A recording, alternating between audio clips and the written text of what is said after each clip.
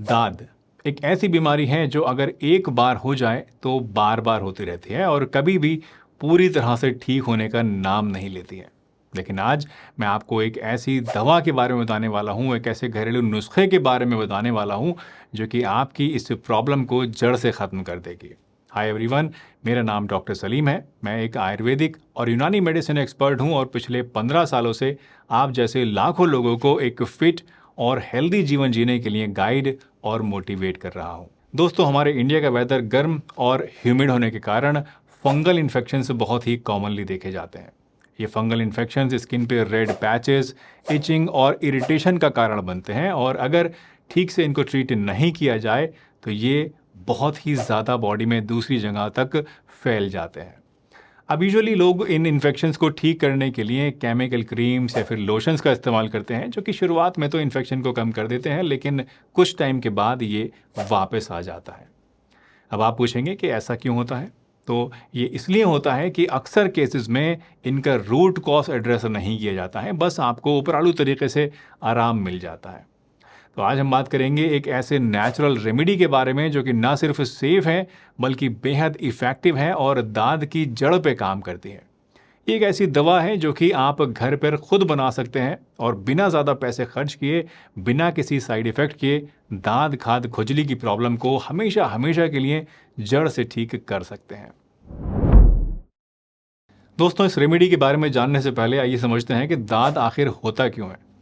देखिए, दाद यानी फंगल इन्फेक्शंस तब होते हैं जब हमारी स्किन में बहुत ज़्यादा मॉइस्चर इकट्ठा हो जाता है। जैसे अगर आपकी स्किन बार बार गीली होती रहती है या अगर आपको पसीना ज़्यादा आता है तो स्किन का नेचुरल बैलेंस इससे डिस्टर्ब हो जाता है और दाद बनने लगते हैं। समझिए, जैसे कि प्लांट्स को ग्रो करने के लिए पानी चाहिए होता है, वैसे ही फंगस को ग्रो करने के लिए मॉइस्चर की ज़रूरत होती है। तो जहाँ मॉइस्चर ज़्यादा होगा वहाँ ये ज़्यादा पैदा होगी।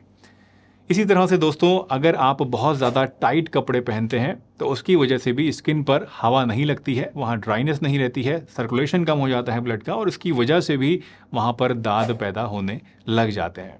इसके अलावा पुअर हाइजीन के कारण भी दाद इकट्ठा हो जाते हैं। अगर आप अपनी बॉडी की सही से साफ़ सफाई नहीं रखते हैं तो उससे वहाँ पर दाद पैदा हो सकते हैं।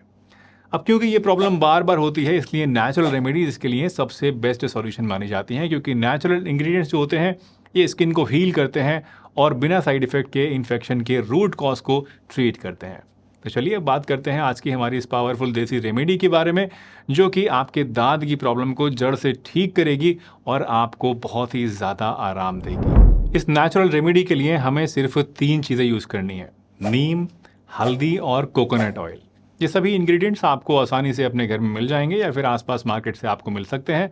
नीम को आयुर्वेद में दोस्तों नेचर का एंटीबायोटिक कहा जाता है और ये एक बहुत ही पावरफुल एंटी फंगल और एंटी माइक्रोबियल एजेंट है। नीम के पत्ते फंगस की ग्रोथ को रोक देते हैं और इन्फेक्शन को और ज़्यादा फैलने से भी रोकते हैं। नीम का एंटी माइक्रोबियल एक्शन स्किन को सूद भी करता है और आपको इचिंग से भी रिलीफ दिलाता है, यानी खुजली को भी ये कम करता है। दूसरा इंग्रेडिएंट है हल्दी यानी कि टर्मरिक। हल्दी का मेन एक्टिव कंपाउंड है करक्यूमिन, जो कि मैं आपको बहुत सारी वीडियोस में बता चुका हूँ। ये एक नेचुरल एंटी इन्फ्लामेटरी और एंटी फंगल एजेंट है।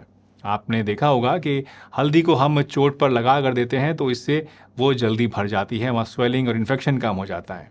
इसी तरह से फंगल इन्फेक्शन के लिए भी हल्दी एक बहुत ही इफेक्टिव चीज़ है और फंगस की ग्रोथ को ये इनहिबिट कर देती है। कोकोनट ऑयल की बात करें तो ये इन्फेक्शन की वजह से ड्राई हो चुकी स्किन को मॉइस्चर प्रोवाइड करता है और नीम और हल्दी को स्किन में डीपली पेनिट्रेट करने में हेल्प करता है। कोकोनट ऑयल खुद भी अपने आप में माइल्ड एंटी फंगल प्रॉपर्टीज रखता है, तो ये आपकी स्किन को प्रोटेक्ट करता है फंगस से और फंगस की ग्रोथ को रोक देता है। अगर पॉसिबल हो तो आप cold pressed organic coconut oil को यूज़ करिए, अदरवाइज़ ये अवेलेबल नहीं है तो आपके पास से जो भी घर में अवेलेबल है, चाहे वो बाल में लगाने वाला हो, वो वाला कोकोनट ऑयल भी आप यूज़ कर सकते हैं। इस देसी नुस्खे को बनाने के लिए सबसे पहले 1 टेबल स्पून नीम की पत्तियों का पाउडर आपको लेना है। नीम का पाउडर दोस्तों आपको बाजार में आसानी से मिल जाएगा या फिर ऑनलाइन भी आप इसको मंगा सकते हैं, या फिर अगर आपके आसपास नीम का पेड़ है तो पत्तियों को सुखाकर उनको पीस कर भी आप इसका पाउडर बना सकते हैं। अब इस नीम के पाउडर में आप 1 टीस्पून हल्दी पाउडर को ऐड कीजिए और फिर इसमें आप ऊपर से धीरे धीरे थोड़ा थोड़ा कोकोनट ऑयल मिलाना शुरू कीजिए। इतना कोकोनट ऑयल मिलाइए कि जितना में ये एक स्मूथ थिक पेस्ट बन जाए। पेस्ट आपका बहुत ज़्यादा पतला भी नहीं होना चाहिए और बहुत ज़्यादा गाढ़ा भी नहीं होना चाहिए, इतना हो कि आसानी से आपके लग जाए। अब आप चाहें तो इसमें एडिशनल बेनिफिट के लिए 2-3 ड्रॉप्स टी ट्री ऑयल की भी ऐड कर सकते हैं, क्योंकि टी ट्री ऑयल भी एक बहुत ही स्ट्रॉन्ग एंटी फंगल एजेंट होता है। बट ये स्टेप जो है ये ऑप्शनल है, आपके पास अगर है अवेलेबल तो डाल लीजिए, अदरवाइज इसको आप स्किप कर सकते हैं। इस पेस्ट को लगाने के लिए सबसे पहले आप अपने इन्फेक्टेड एरिया को गुनगुने पानी से अच्छी तरीके से साफ कर लीजिए। साबुन नहीं लगाना है, सिर्फ पानी से अच्छे से साफ कर लेना है। और अब इसके बाद अपनी स्किन को किसी साफ सूती कपड़े से धीरे धीरे ड्राई कर लेना है। जब आपका जो दांत है वो ड्राई हो जाए तो इस पेस्ट को आपको अपने दांत के ऊपर लगाकर करीब करीब 30 मिनट के लिए छोड़ देना है और उसके बाद ल्यूक वार्म वाटर से इस पेस्ट को धो लेना है और फिर अगेन अपनी स्किन को पोंछ लेना है। ये काम आपको दिन में 2 टाइम रिपीट करना है, एक बार सुबह में और एक बार रात को। रात को जब आप लगाते हैं तो इसको आप ज़्यादा देर तक भी लगा हुआ छोड़ सकते हैं। रेगुलर यूज़ करने से आपको कुछ ही दिनों में अपने दांत के अंदर फ़र्क देखने को मिलेगा, लेकिन याद रखिएगा कि कंसिस्टेंसी बहुत ज़रूरी है। आपको रेमेडी को कंटिन्यू करना है तब तक जब तक आपका इन्फेक्शन पूरी तरह से ठीक ना हो जाए। ये रेमेडी न सिर्फ आपके इन्फेक्शन को दूर करेगी बल्कि आपकी स्किन को नरिश और हील भी करेगी और आपका जो दाद है वो वापस से दोबारा नहीं आएगा। दोस्तों, इस रेमेडी के बारे में जानने के बाद अब आइए बात करते हैं इस रेमेडी के एक्सपेक्टेड रिजल्ट्स के बारे में और कुछ ज़रूरी प्रिकॉशंस के बारे में। सबसे पहले, अगर आप रेगुलरली इस रेमेडी को फॉलो करते हैं तो आपको कुछ ही दिनों के अंदर फ़र्क ज़रूर महसूस होगा।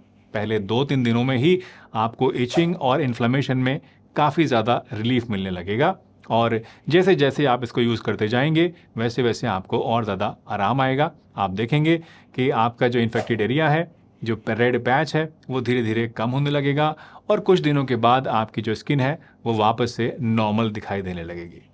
लेकिन याद रखिएगा कि सिर्फ सिम्टम्स को रिलीव करना हमारा मकसद नहीं है।